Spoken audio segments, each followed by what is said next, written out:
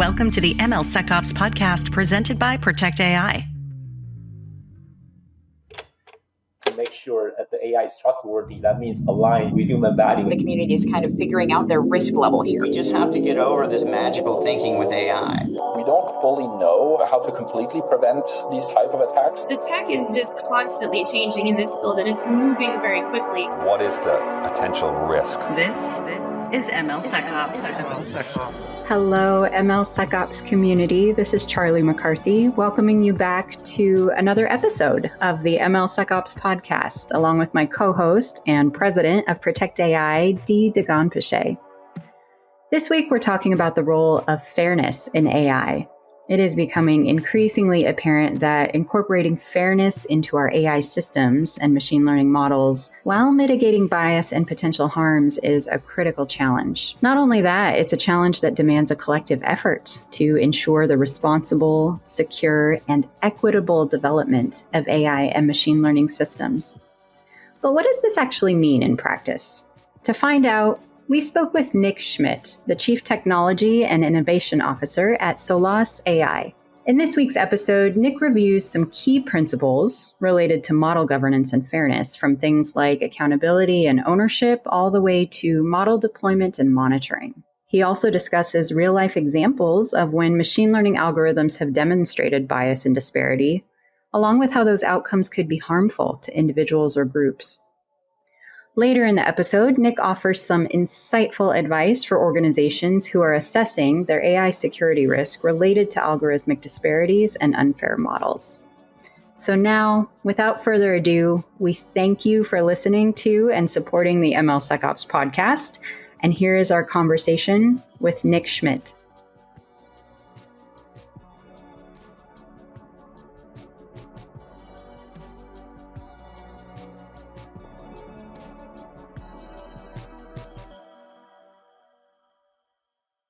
Thank you so much for having me on the podcast today, and really excited for this conversation. My name is Nick Schmidt, and I am the Chief Technology and Innovation Officer and co-founder of SolasAI.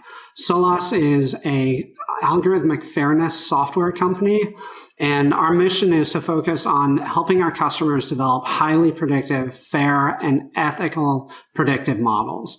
And the way we do this is not by building models ourselves, but by offering tools to ensure that a model built by a customer meets fairness constraints. So we focus on just a few things, really. One is measuring discrimination. Two is understanding where that discrimination might be coming from, if there is a problem present.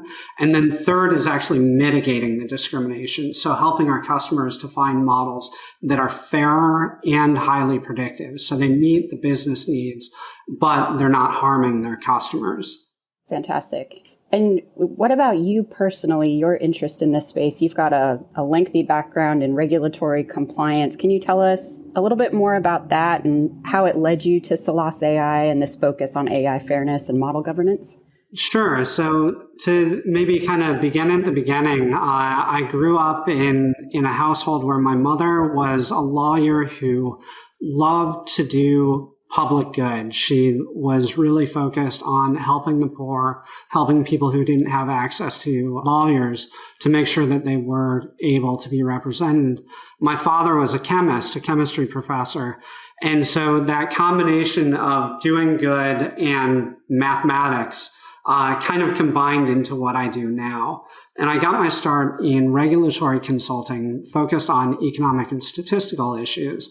And what we would do is if a company was sued by a group of employees or another company for intellectual property violations, antitrust questions, or employment discrimination, we would come in and do an analysis of the economics of the lawsuit.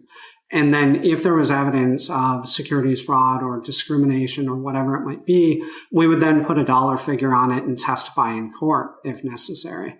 So, hey, Nick, as you talk about SolasAI's mission, and you spoke very eloquently about the things that it does, at its core, I would imagine there's a lot of principles of fairness that you're trying to imbibe into artificial intelligence applications and the use of AI. With that, I assume comes model governance. And when you think about model governance, what are the key principles and aspects that organizations should consider? That's right. And I think that it's important to realize that fairness is one piece of model governance. And if you don't really have a good model governance structure, then you're probably not going to have fair algorithms.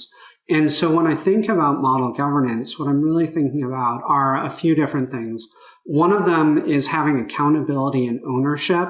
And so what this means is that everybody who touches the model has some level of ownership and accountability for it. And then I think about transparency and explainability. And that is that everybody in your organization who is involved in the modeling process ought to know as much as they need to know in order to ensure that the model is safe and fair and robust. Explainability is another important one, where what I would say is you don't want to have a model that is unnecessarily opaque. And even when a model is opaque or a black box like large language model, you want to understand as much as you can about it and be able to understand where your limits are. So that's another principle of governance. And then fairness and robustness. And this goes to both the question of what's affecting the customers and what's affecting the business. You can't have a model in production that isn't being fair to the customers. That's a legal, regulatory, and reputational risk. And you can't have a model that's in production that's going to bankrupt the business. So you really need to have a model governance process that's looking at the model and making sure that it's robust to any business conditions that might change or might fluctuate once you get it into production. And then data quality and integrity, making sure that you're not putting garbage in, because even though there's a lot of people who seem to think you can do anything with machine learning and it's this sort of magical thing, you put garbage in, you get garbage out. And then the final thing is monitoring and validation. And that's really just making sure that your model is doing what you expect it to do after it goes into production. So regularly monitoring and checking for things like fairness, robustness, model performance, and so forth. So you just kind of briefly spoke about how model governance is applied at all of the stages of the model lifecycle or of an ML pipeline, whether it's kind of talking about data at the input components all the way out through understanding what happens at the inference, or i.e. the engagement of a person or an entity with a machine learning model in production. When you think about that entire pipeline, from experimentation to inference to retraining, all of it, when you think about the complexity of that, why is it important to ensure that fairness is integrated into all those steps? What are specific steps or actions that you would recommend engineers employ at each stage of the life cycle?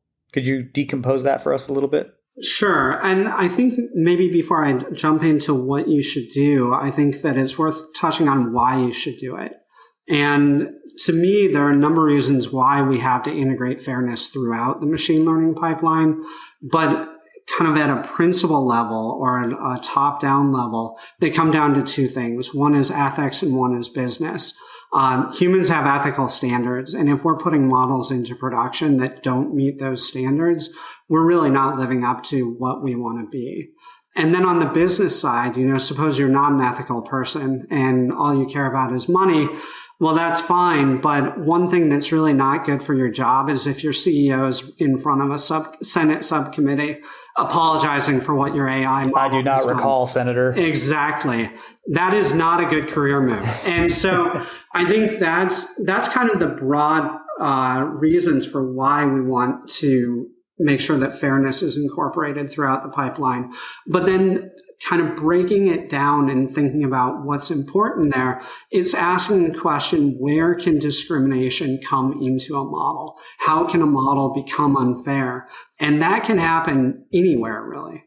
So is there a particular stage of the model lifecycle where it's more likely to occur than not? Yeah, I think there are two places. One is in the data itself, what you've decided to put into the model. In terms of the data training set? The data training set, exactly.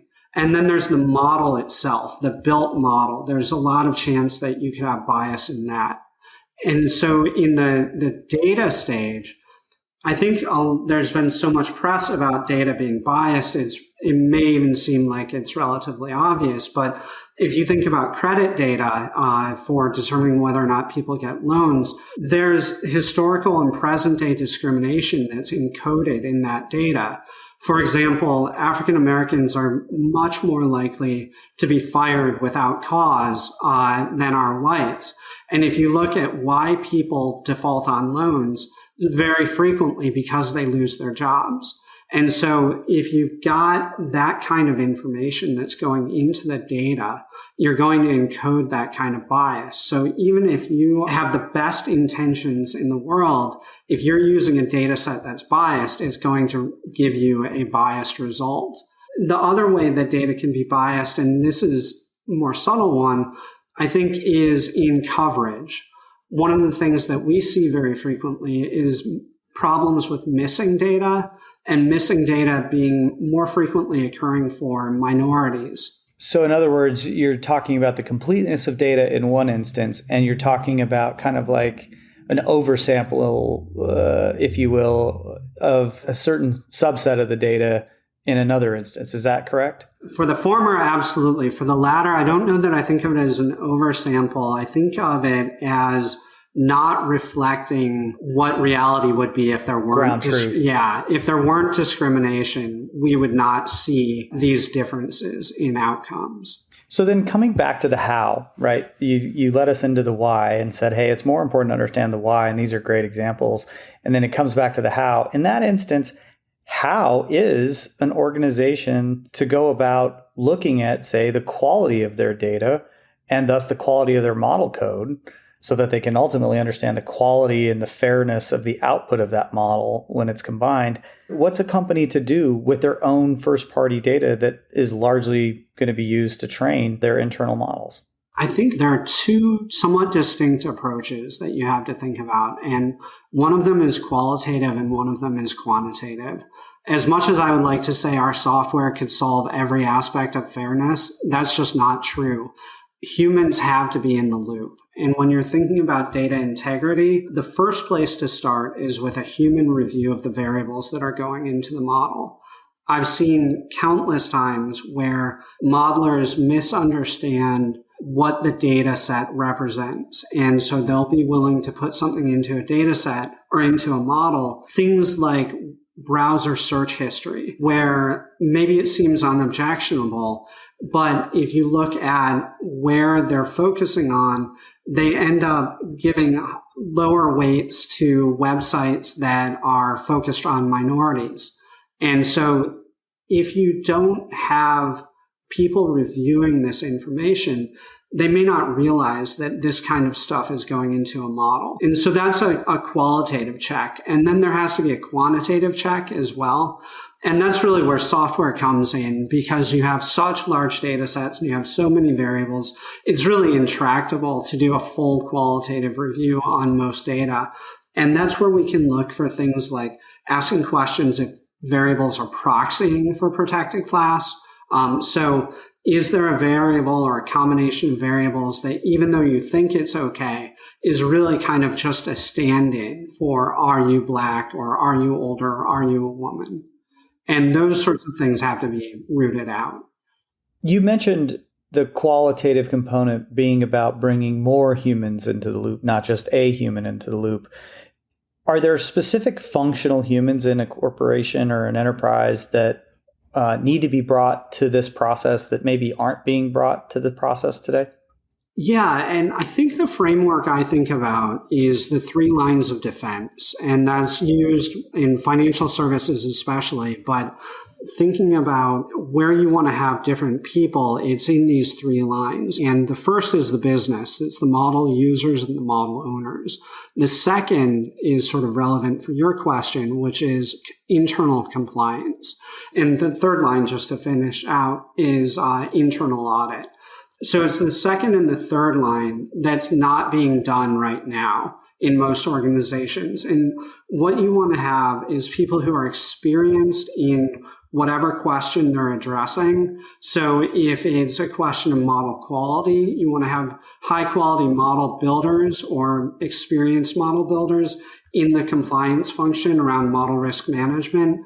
If the questions are around fairness, you probably want to have lawyers or people who have been doing this a long time who understand how to measure fairness, what it means to mitigate discrimination, things like that.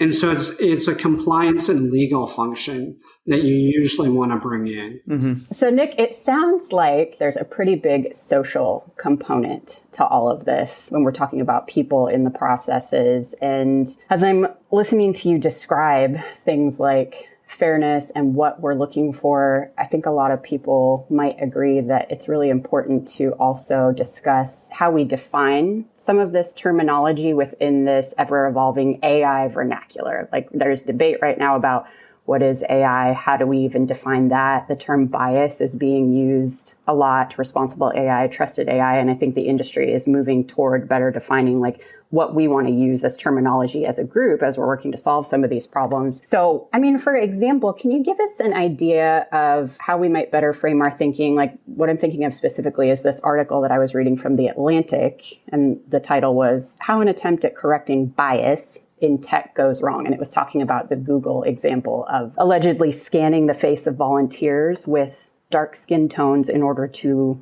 perfect the Pixel phone's face unlock technology, so facial recognition technology, and the potential for racism there. The term bias, if we can talk about that for a moment, and maybe will you expand on the distinction between like underrepresentation bias, which in my understanding is more human-driven, and accuracy bias, which is more of a tech result, and how those two influence each other, those two types of bias in terms of disparity and how it presents in these algorithms? Yeah, so this question of definitions is really important, and we can't possibly begin to address fairness unless we have come to agreement on some definitions.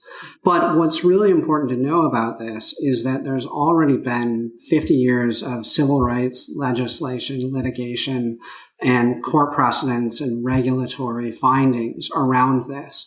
And one of the things that I really struggle with is that the AI community, machine learning community, sort of came in and said, we're going to redefine everything in terms of this is what bias is, this is what fairness is. And while a lot of that work has been really beneficial and really good, and I don't want to say that it shouldn't have been done, I think not enough respect has been given to what is already out there. And there's already a very good framework for understanding fairness. And that gets into your question of representation and accuracy. The way I think about bias is really in terms of legal distinctions. And the law is set up to represent essentially two different types of discrimination. One of them is called disparate treatment. The other is called disparate impact. Disparate treatment is sort of your traditional kind of discrimination. It's the obvious one. It's I'm not going to give a loan to Charlie because she's a woman. And that's just patently wrong and illegal. The other kind of discrimination, disparate impact, is really more subtle. What it says is that if outcomes are on average different for one group relative to another, then that is an evidence of disparate impact discrimination. And so what that means in practice is if you have an algorithm that's doing credit scoring and it's giving loans to fewer African Americans than whites, then that shows evidence of disparate impact. Interestingly, though, that is not necessarily illegal.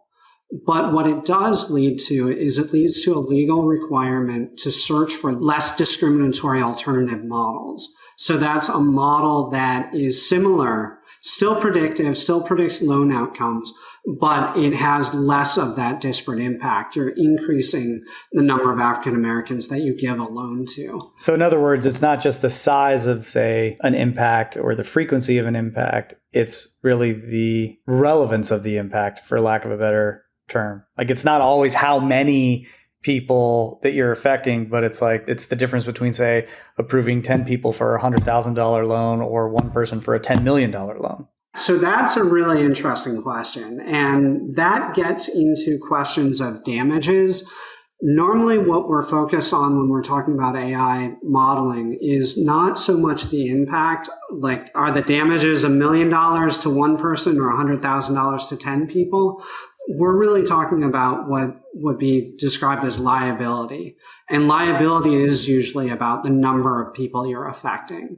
And so in the credit score context, it's, are you giving loans to fewer African Americans? But kind of bringing this back to Charlie, your initial question about bias and accuracy. In a model setting, we almost always see disparate impact in credit scores or health outcome models. And what we want to do is we want to fix that. What we don't see quite as often is model bias. And that's where the model is less accurate for one group than another. And I oftentimes have conversations with modelers about this question, and they really push back on the idea of disparate impact. What they want to say is that if a model is similarly accurate for all the groups, then there's no evidence of a problem. And I get that. It makes sense. But what that's not doing is it's not taking into account the idea that there's historical discrimination that's part of the data and that you want to kind of rectify that. And so that's where just using a measure of bias isn't likely to be sufficient. So as we, as an industry, a group, the public, are continuing to learn and identify some of these situations, are there other examples in real life that you can point to other than the Google example of facial recognition, maybe other industries where you've seen actions that led to unfair outcomes? Yeah, I think one of the ones, and this might be interesting to your community because I think it's such a big risk in machine learning, is something I call usage drift, which is where you have a model and it's designed well and is fair and appropriate and predictive. And then someone decides to use it for something else, for a purpose that it wasn't originally designed for. And there was a model that was built by a company, and it was designed to predict healthcare costs, how much you were going to spend on healthcare in the future. And that's a perfectly reasonable thing to try to predict if you're a health insurance company or in some way going to have to pay bills, healthcare bills. You want to know how much people are going to be spending. The problem, though, was someone had the idea that healthcare spending is associated with healthcare outcomes. And so they started using this model that predicts healthcare spending to predict whether or not you were, or how sick you were going to be. The problem with that is that healthcare spending is not equal by race in particular. And well, it started in the 1940s, but it lasted until 1972. There was something that happened called the Tuskegee experiment. And it's this horrible thing that happened in American history where African American men were injected with syphilis intentionally by the US government. And when it came out in 1972, the year after that, the statistic I've read is that African American visits to primary healthcare physicians dropped by 26% because there was such suspicion in medical care among that community. Well, what does that mean? That means that on average, not necessarily individually, but on average, African Americans are less likely to see their doctor, which means they're less likely to spend money on healthcare. Well, when you go and start predicting healthcare outcomes using healthcare spending, all of a sudden, you're going to start seeing that whites are much sicker than African Americans on average. But that's not really true. What's really true is that African Americans who spend relatively less are just as sick as the white patients who go into the hospital. And so that was an example of an algorithm where its usage drifted, and that usage drift ultimately killed people. That is a really interesting example, though. Wow. That's a frightening example. It's not really an AI thing so much as it's a frightening example of a bad precedent that then cascades through time and corrupts the potential through time, right? So that example is really horrifying and I think should be frightening to all of us. But there are other examples that are similarly bad, or but maybe a little bit more subtle. And you were talking about the Google facial recognition problem, and the source of that's a really interesting story. There was a woman who is African American, and my understanding of the story is she was talking to her friends about facial recognition, and they were talking about how bad it was for them. And so she started studying this, and ultimately what she found was that the error rates for facial recognition programs for women of color, they were 35 times the error rates for white men. And from one standpoint, it's just bad, right? But if you think about what facial recognition is being used for, border patrolling, all sorts of things in warfare, targeting, this is really a terrifying thing. And so we have these examples of places where a model can go wrong and it could have absolutely devastating consequences on people. But I think the important thing about that second example, and it's really true of the first example, is that there was no malice intended, I don't believe, on the part of the model builders. And it was really, in the case of the facial recognition programs, it was a problem of there not being a representative data set. There were not enough people of color in the training data set that they used. And so ultimately, the models themselves couldn't be as accurate.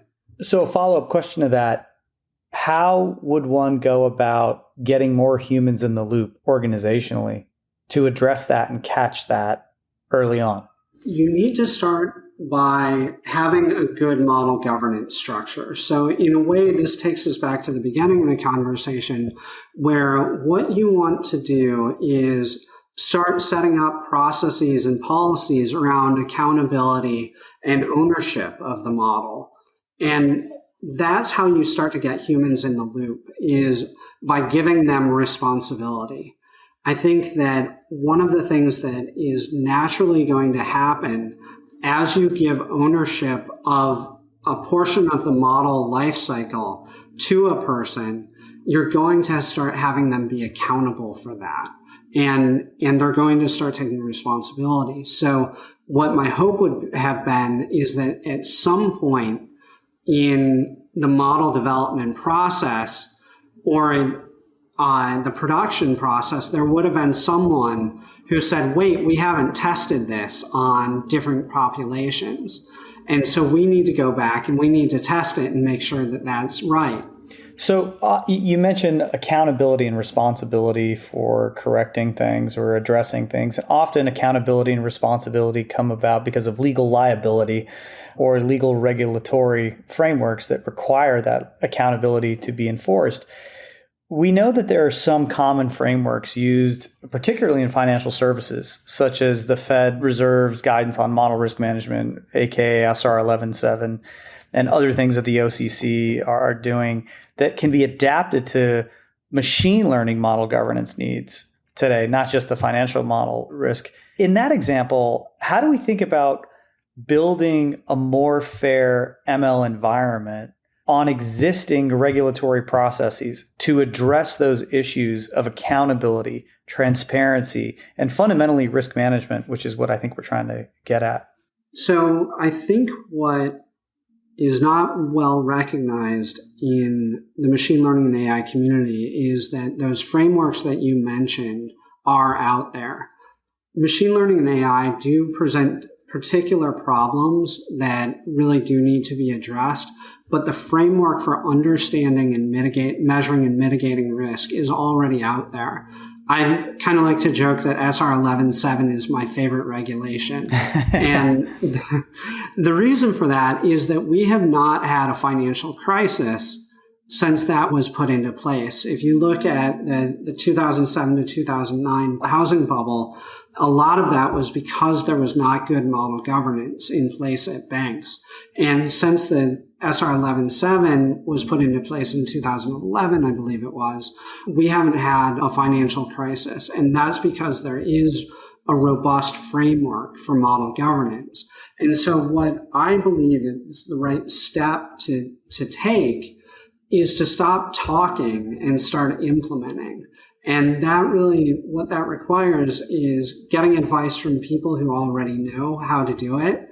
And a lot of that is already contained in these frameworks that you mentioned. So if SR 11.7 is your most favorite regulation and its applicability to ML, what are some other forms of regulation or other existing regulatory frameworks in other industries, for example, in the FDA's playbook and arsenal, or other regulated industries in the energy markets, et cetera, where you think that existing regulations can be recontoured or reconstituted, if you will, or just reapplied to AI, ML, machine learning components? I think the one that really stands out to mind, because it's something I'm so familiar with, is the framework around fairness in employment. There are regulations there that focus on those two types of discrimination, disparate impact and disparate treatment, and they're very well thought out. And I think that those have direct applicability to machine learning and AI. And those are within the EEOC, right? The Equal Employment Opportunity Commission? That's the primary agency that oversees that, but the Department of Labor and the Department of Justice do as well. And then every state and locality has their own laws that mirror the federal laws. For listeners and or readers, refer to the show notes and we'll link out to some of those regulatory URLs. So Nick, just coming back to this notion of fairness, model governance, policy, that intersection, what's the one thing you think needs to be done by policymakers right now to ensure more responsible and fair model building and AI ML governance? The most important thing is to get off of the focus on large language models as being the only form of AI. Amen to that. Yeah. And to start thinking about machine learning as a much broader set of algorithms that are affecting our lives every day. And what I think I would love to see is regulatory agencies that are focused on different areas, adopting standards like SR 11.7 for model governance and standards like disparate impact framework, disparate treatment framework for the particular industries that they regulate. And I think that would have potentially the biggest consequences and most effect on the industry. And then finally, you opened the show by talking about the mission of SolasAI. And you shared with us earlier that it really includes helping organizations improve fundamentally the fairness of their machine learning models and their AI applications. So for those listening and those reading, what is the recommendation or the call to action from you and the rest of the SolasAI team for businesses that need and must address their AI security risks in this space, especially as it relates to algorithmic discrimination and unfair model outcomes? One of the things that I've seen a lot of companies try to do that are outside of regulated industries is to go it alone, particularly with fairness. Everybody has their own idea of what it means to be fair, and that's great. But it doesn't necessarily comport with what are regulatory requirements and what other people might think of fairness. And so my first piece of advice is to get some help. Find organizations like ours, but there are many that know the background, know the frameworks, know the ways to look at this, and empower your employees to find that help and put it into place. That's the first step. The second step is really what it means to put it in place. You have to give the authority to the governance committees to be able to tell the business, no, that model is not going to be put into production because of these fairness concerns or because of X, Y, or Z robustness concerns. And that kind of pushback, you really have to give people a fair amount of authority in order to be effective there. And that's one of the places I see a lot of organizations going wrong. They start with this grand idea of we're going to implement fairness, we're going to implement model governance, but the people who are running model governance don't have the authority to actually enact it. Awesome. So it boils down to give authority to the right people, seek outside help and expertise, and let's go. Couldn't say it better. All right. Hey, Nick, thank you for coming on the show, and thank those at SolasAI for their contributions as well and your team. We really enjoyed it. Charlie, any last words? Yeah, thank you so much, Nick, for being here. It was refreshing, as you said, to have a nice talk that wasn't entirely about a chatbot. So thank you for that. Thank you for helping us expand our views and think a little bit more about the broader landscape. It was a pleasure. And we will link everyone to Nick's contact details in the transcript so that you know how to reach him and his team. And thanks for listening. Thank you very much.